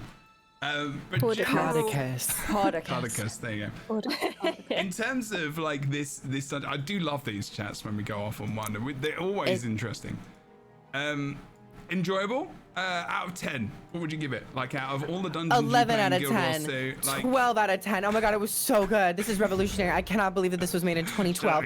This was mind-blowing. Like, in any way you want to talk about it, like how, like, you know, even if you think about when you did it back in the day, like, yeah, how important is this to the game? Like, just some thoughts generally about the dungeon. Back in the day, I used to get down. I was hip. Oh my gosh. Cool. Other than how hip and cool Kroof is, my thoughts on the dungeon specifically, I don't know. I give it like a 6 out of 10. Okay, yeah. I guess in that, there's a lot that I think is really important in this dungeon, right? I mean, when you think about the even later Living Season stuff, Caudecus, the White Mantle, these figures and these characters, this isn't really, in my opinion, optional story content, because while it is technically optional, you're not forced to play it, you can choose to engage with it. This is pretty massively important as far as character setup, narrative arc. I mean, even the fact that we mentioned a lot of the NPCs that are in this show up later in some way in the story in ways of note. And I think there's just a lot that happens in this that's really foundational. So in those regards, I think there is some good setup here. There are some, good character introductions. And like we talked about, even with some of the mobs and the enemies, I think there is an interesting kind of variety. And then, of course, as you get later into the exploratory wings, there's more to dig into even there. But I like the setting of this one. I like the general introduction of it. Do I think it's something that has, like, massive impact? Like, no, I mean, the bosses are just some guys that are kind of fantasy racist, and like you know what I mean? It's not like a dragon busts through the wall and it's this incredible thing. So to me, I think it falls pretty solidly around like 6 out of 10. It is well done for its time and everything. I think it has a lot of good foundational story stuff, but like, is it the most exciting ever? Like, no, but it is, I think, an important little step in the entire narrative and how it comes together. Now we know what we need from games for Rookery to be like a 10 out of 10 with dragons breaking through walls. I mean, how many times? It could be a dragon construction worker might be making the walls. As long as the dragon is involved, Rook will look like 10 out of 10. It's 10 out of 10. Dragon was in it. 10 out of 10. You know what? I'm a second your opinion. And honestly, at this point, it's no longer an opinion. It's a fact. 6 out of 10. Even like aside from all the story content, looking at it from a structure of a dungeon, comparing it to Ascalon Catacombs, this one I really appreciated the difficulty amp up opposed when compared to Ascalon Catacombs. I enjoy that they were playing around with conditions. I think one element of the early game of Core Guild Wars 2 that was not as consistent as I would have liked was playing around with conditions, and more importantly, playing around with boons on enemy characters. But when you're looking at the trajectory of all the bosses, it's pretty tepid. Like there's never like a huge standout boss with like an interesting phase change. At least with Ascalon Catacombs, you're fighting a historical figure who's like King Adelburn and has like a cinematic moment and dialogue. This last fight, you're like fighting the lead separatist who's like, I have Queen Jenna in a bubble. And like that's about it, and you never really know who this character is, and Caudecus is in the background but isn't the main villain of this dungeon, so it's a little it's not as satisfactory as Ascalonian Catacombs. In a bubble. It's accurate. It is accurate. Did he stutter? Yeah, that's exactly what happened. Yeah, that's right. Did I stutter? Yes. But was I accurate? Yes. On X. We got 2 6 out of 10s. Let's go. Yeah, no, I broadly agree. I think the problem is that Queen Jenna is playing a game here. She has basically set the trap for him. Her and Anise know that he is a bad guy. They know that he is fucking with their shirt balls, and they've set it up so that he catches himself. Right. Because when we do get to season 3, spoilers. She's incredibly powerful. She could have kicked everyone's ass. There's a moment in season 3 where she's snapping her fingers and people are dying. She is not to be trifled with. Yeah. She really is. So yeah, she could literally have killed everyone around her and just walked out of the manor. So she allowed herself to be captured. She allowed them to reveal themselves, and I would really have loved for this story to kind of lean into that and let us in more on the sneaky beaky parts, on the fact that this is to do with spy work and intrigue and insurrection and him wanting to commit regicide. And I totally agree with Rook that they should have made this more of a thing, especially considering how fantastic, and I'm playing through it again right now, how fantastic season 3 is. how extraordinary the maps are, the character development, the development of Caudecus and his like descent, and it's a really, as a character, Caudecus is not someone you're ever gonna like. He's not a likable character. That's why he's good, but he though. has that. He has that car crash quality to him. He has that like Trumpian aspect that you just want to watch. Yeah. Whether he's setting himself on fire or the world, it's a fascinating thing to behold. And he has that quality. And I think that they play the personality disorders that this person has. He is all the dark triad. He is a narcissist. You can see that. He is in complete self-interest, total domination. He is a Machiavellian. He is trying to maneuver the queen out of her position. He is domineering, and last one, he's a psychopath. So he's also like grandiose, and he's no remorse. No. Remorse.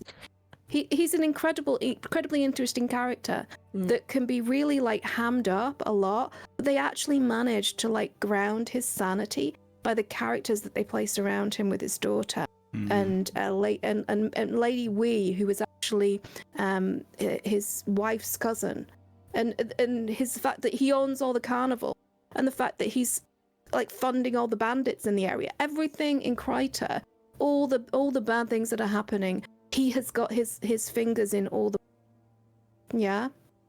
He's like double dipped with all the salad. I'm pretty sure Fornax said pies, everyone. Just in case you're wondering.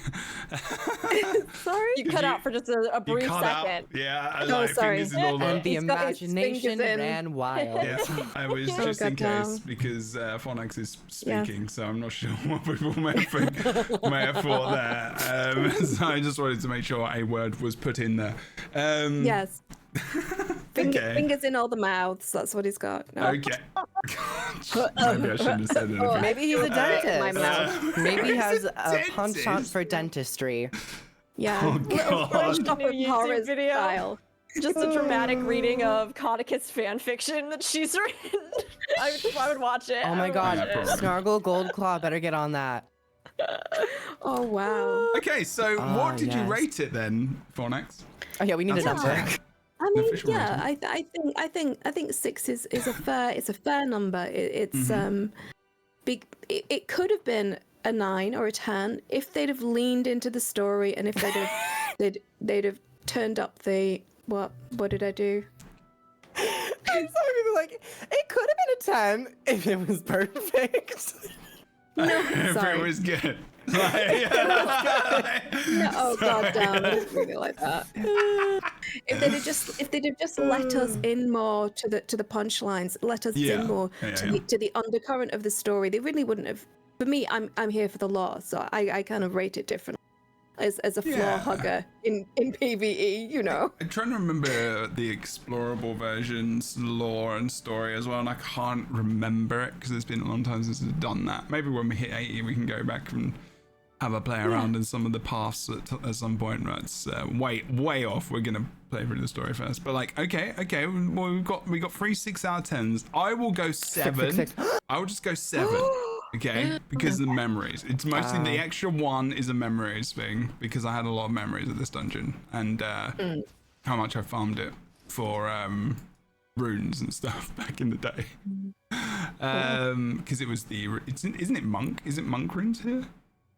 It is. Yes, monk runes. Yeah, so like doing all of that way back, and also isn't there a potion as well? The potion to get the ghost. Oh no, that's Ascalonian Catacomb. Sorry, because everyone in World v World used to get that potion, the potions you can get, which would turn you into like a ghost, a spirit.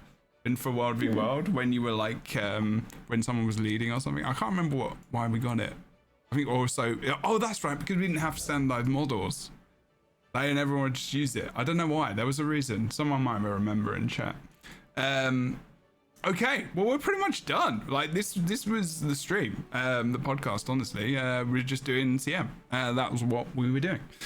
Just the story path, peeps. Just the story path. And then next week we're going to be doing the level 50 story. We're actually kind of, on the not last legs, but we're starting to get over towards, ore and like the main chunk of the like core story now. Like we're going for it. So everyone's going to get to level 50 by next week. Oh no, actually, next week we're doing the new content. We're going to do the new content next week. We're going to play through that. Yeah. That's important, yeah, because we want to. There'll be big mental health. See, I'm wondering if they planned it for this month because it's Mental Health Awareness Month, and it's like literally like the episode comes out next week, which is the end of the month, so, and it's going to be mental health oriented as well. So I wonder if that was a plan originally. If it was, smart. Just say it was. I mean, that was a good idea. What lies within, right? Is it what lies within? Yes. It is. Yeah. So looking forward to how Well, they deal with all of that. It'll be cool. Well, they are very clever cookies. They are very good, talented storytellers. They are. So, yeah. Okay. Anyone have anything else to say before we kind of end it there? Huge ass, big butt. You just want to say big butt? That's all I wanted to say. Okay. I approve. I approve of this message. I would also like to say huge ass, big butt. Huge ass, big butt, and Fornax. I was going to say something like No. about if you're a member of the Dark Triad, you can get help. There's treatment available for everyone with personality disorders. So don't give up hope. You can get better. There are fantastic people out there who can help you. You do not have to. You can embrace your better angel. You can, and you can also build up through physical regimes and exercise a huge ass if you want it. You can. Yeah, and if you're a part of the Dark Triad and you have a huge ass, ooh, unstoppable. You really will rule the world. Everyone does work on their ass like the most in the gym, don't they? And that is the main thing people do. Is it? Well, yes, it is, Grief. I am not helping that statistic at all. Wait, did we talk about how you used to how you would do squats like a lot? Yeah, I'm not helping the statistic. I am adding to that statistic. Okay, yeah, exactly. Like, this is where it came from. I was like, what? Hey, maybe I'm being slow. I had COVID.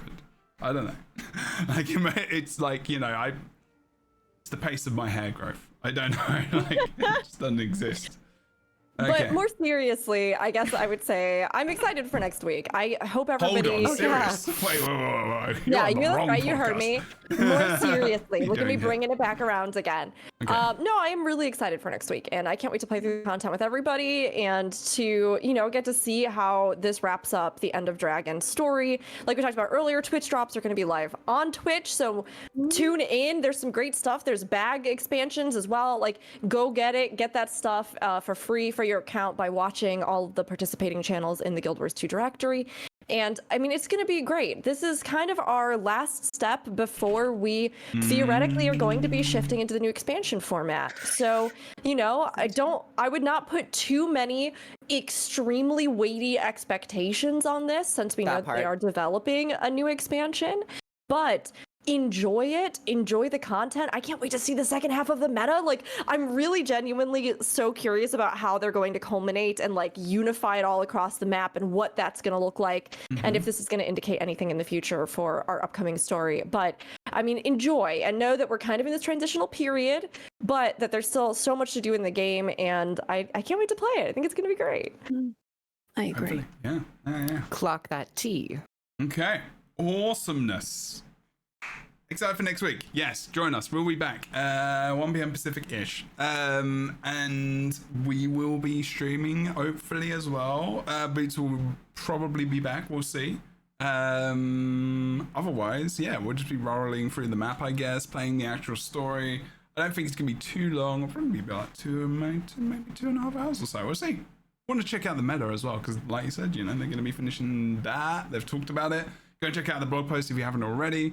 Otherwise, check out all the past podcast episodes of Lightbingers. There's 100. So definitely lots of content to listen to for sure. Twitch.tv/Jebro Unity, 1 p.m. Pacific-ish each Friday. Hopefully, if I don't have COVID, my computer doesn't break down or I'm not in surgery. It's been a fun month. It's just what it is. It's just that time of year. Otherwise, everyone, says a little bit about what you do, where you do it. Rookery, go first. I go first again. Okay. Hey, I'm Rook, aka Rookery. That's ROOKURI. You can find me streaming usually 2 to 3 days a week over on my channel, which is twitch.tv Rookery. You can also find videos going up on YouTube, which is also Rookery. And you can find social media posts, updates, all that good stuff, pictures, announcements, discussion, commentary, art I liked over on my Twitter, which is at Rookery_. And yeah, I'm so excited. There's a lot of stuff coming up. We've got things next week, so keep an eye out. I know, just like everybody was saying earlier, keep an eye on all the channels next week and all of the creators with Guild Wars 2. You're not only going to get drops, but, many of us will be streaming or doing other things. I myself am going to be on a little bit of a vacation next week, which was very unfortunate because of the timing of both Guild Wars 2 and Final Fantasy 14 suddenly having patches that week. But I will still be doing some stuff, and we have more content and all sorts of things coming up in the future once I'm back from my semi-vacation as well. So we'll be doing a lot of stuff and keeping the hype going for all the new content. Where are you going? Nowhere. I have a friend who's coming here, actually. I have a friend coming to visit who is from my other podcast. And we're just gonna, I know, oh my gosh, we're gonna hang out. I'm gonna do a few I'm not jelly. I'm not jelly. You're not gonna be here for the podcast next week. That's true. Probably not, Jebro. Well, then we're going to force Boots to be with us next week. Yes. And you know what, Fordax, you're welcome here anytime. You get your butt to America. I've got a whole guest room ready for any of you beautiful people.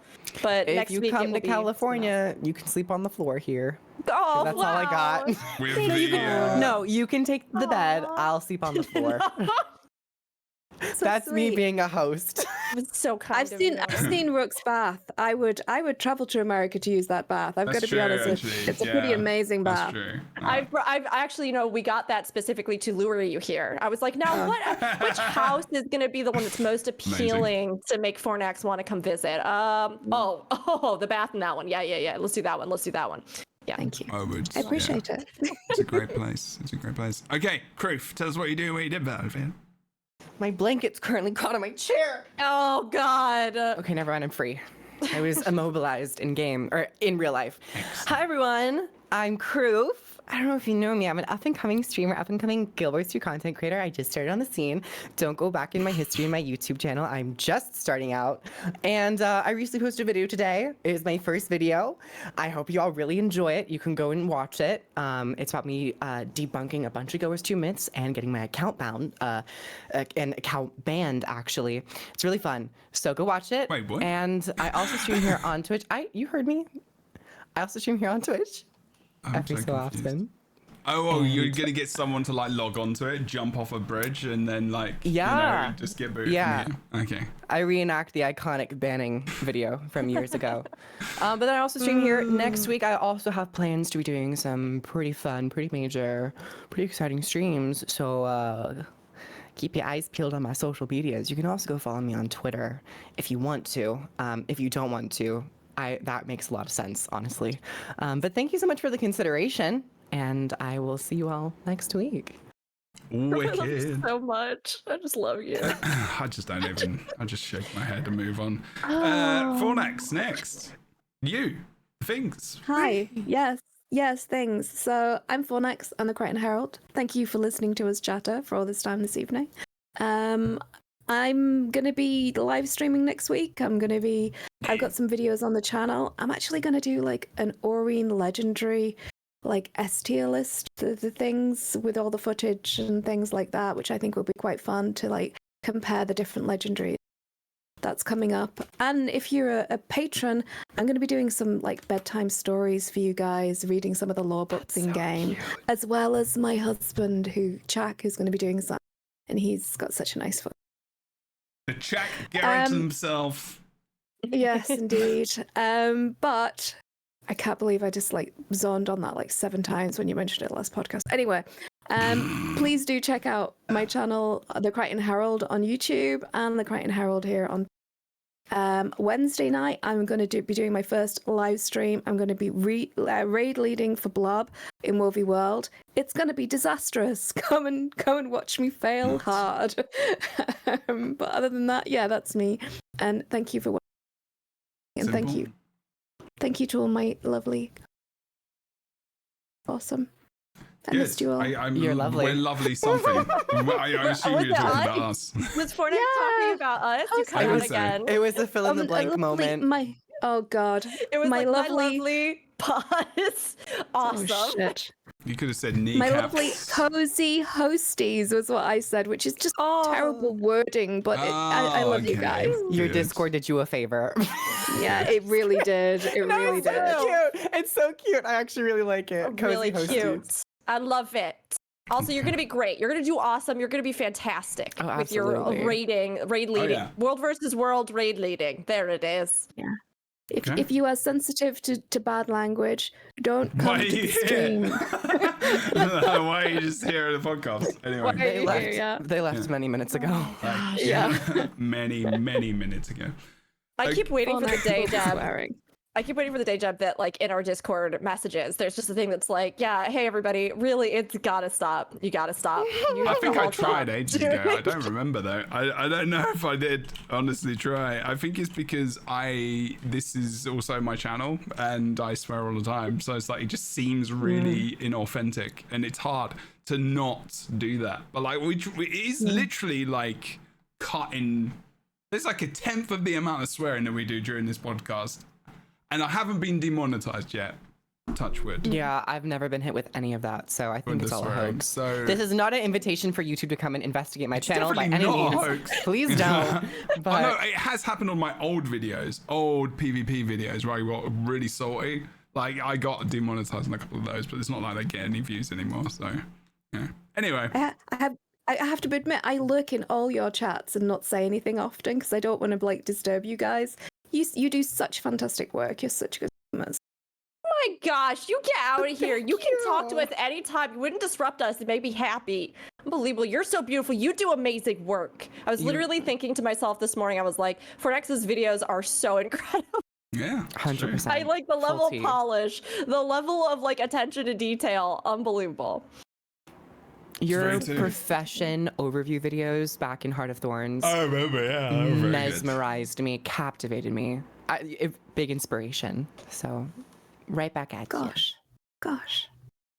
Wow, everyone's I feel so all nice to each embarrassed other now. here. I know. Oh my goodness. We're having a bit of a love fest here. It is. It's terrible.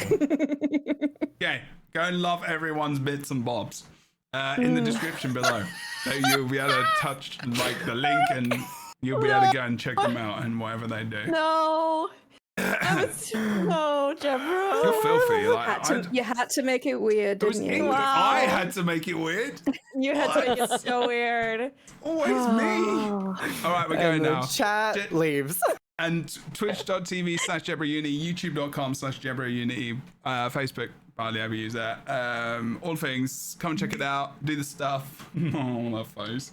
Was that an eye gow emoji? Have you not noticed that yet? Yeah, that was a while ago. Everyone do your eye go. No, don't. Oh, I can't do it. Get out of here. Get out. Stop the podcast. End it. It has to be done. I can't handle it. My face is so hot. Bye, everyone. This has been the Guild Wars 2 podcast, where everything is very Christian rock oriented. Please make sure that you don't listen to it, because it's bad. If you are religious, we're not against religion. As a disclaimer, you can do whatever you want, as long as you don't put your views on other people and force us to do the things you want us to do. Okay, bye! We'll see you next time on the Lightbingers podcast of no swearing or anything else rude or naughty whatsoever. Bye!